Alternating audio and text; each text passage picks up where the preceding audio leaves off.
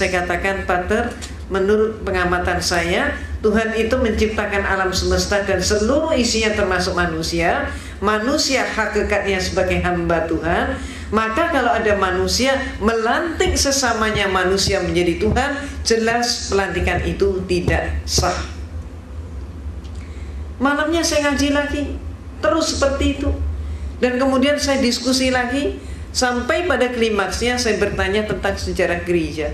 Saya katakan, Pater, menurut semua literatur yang saya pelajari dan kuliah yang saya terima, Yesus yang oleh umat Islam disebut Nabi Isa alaihissalam, ternyata Yesus itu untuk pertama kalinya dilantik menjadi seorang Tuhan.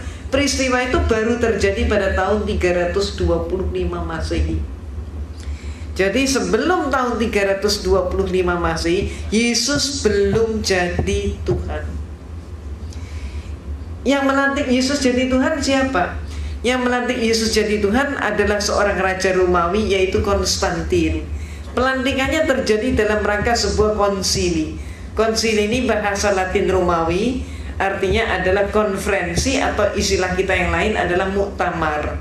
Terjadi di kota Nizea, maka disebut konsili Nizea tahun 325 Masehi. Ini untuk pertama kalinya Yesus jadi Tuhan.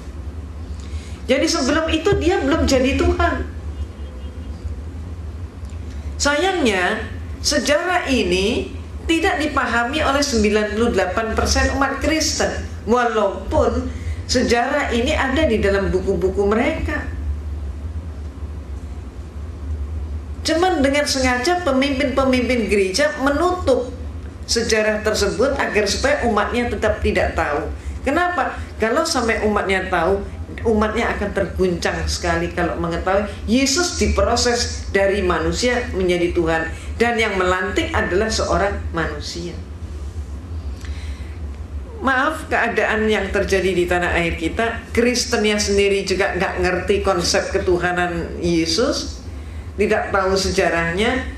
Mereka kemudian menyerang kita umat Islam dengan program kristenisasi dan pemurtadan, sedangkan kita umat Islam juga sayangnya nggak tahu sejarah itu.